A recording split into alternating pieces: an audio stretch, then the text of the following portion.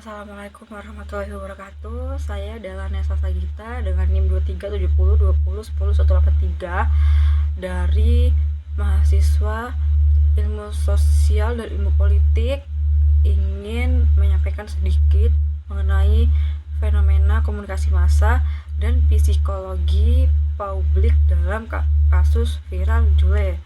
Nah, itu sebenarnya tugas UAS dari mata kuliah psikologi komunikasi, dan aku di sini ngambil fenomenanya itu media massa.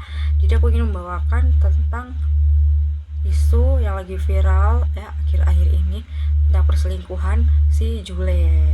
Ya begitu. Nah, kasus viral Jule ini tuh ramai diperbincangkan di media sosial Indonesia sejak akhir 2024 hingga awal 2025, menjadi contoh nyata bagaimana komunikasi di era digital mengalami pergeseran besar. Berawal dari isu perselingkuhan yang bersifat personal, kasus ini itu dengan cepat menyebar melalui berbagai platform media sosial dan media arus utama, sehingga berubah menjadi konsumsi publik yang memicu reaksi emosional massal. Kenapa fenomena ini menunjukkan bahwa media sosial tidak lagi sekedar sarana bagi informasi, tetapi juga ruang pembentukan opini, emosi, kolektif, dan penilaian sosial.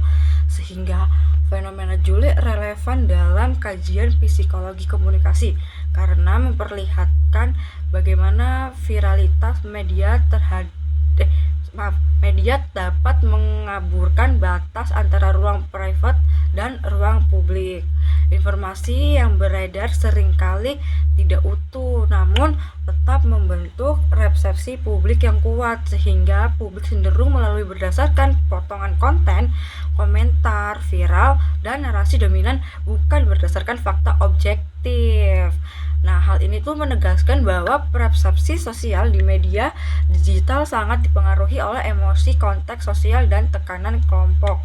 Dari sisi dinamika psikologi komunikasi, kasus ini tuh memperlihatkan beberapa aspek penting. Yang pertama, terjadi distorsi persepsi sosial di mana publik membangun penilaian berdasarkan emosi mayoritas dan bias kognitif seperti konfirmasi bias. Nah, kedua media sosial memperkuat penularan emosi massal sehingga kemarahan, kekecewaan, dan penghakiman menyebar dengan cepat melalui interaksi digital.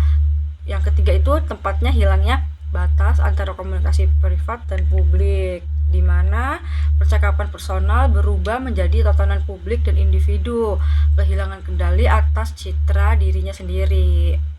Jadi analisis fenomena itu dapat dijelaskan melalui teori efek media massa yang menyatakan bahwa media tidak hanya menyampaikan pesan, tetapi juga membentuk cara manusia memahami realitas. Karakteristik media sosial yang cepat, visual, dan emosional membuat isu personal mengalami amplifikasi besar-besaran.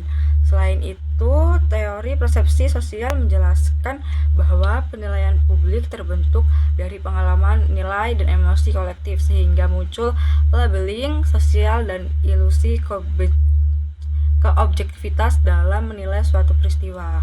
Kayak sebagai relasi kasus viral Jule menunjukkan bahwa komunikasi digital memiliki dampak psikologis yang nyata baik bagi individu yang terlibat maupun masyarakat secara luas. Kayak tekanan sosial, stres, emosional, kelelahan mental dapat muncul akibat penghakiman publik yang berlangsung terus-menerus. Oleh karena itu, pemahaman tentang psikologi komunikasi dan peningkatan literasi digital menjadi sangat penting agar masyarakat mampu bersikap lebih kritis, empati, dan bertanggung jawab dalam menggunakan media sosial. Tapi si Jule tidak pernah berhenti dalam menangani kasus ini. Sekian dari saya pribadi sendiri. Bila ada kata penyampaian yang salah atau masih banyak yang kurang, saya mohon maaf. Segitu penjelasan mengenai saya. Saya akhiri. Wassalamualaikum warahmatullahi wabarakatuh.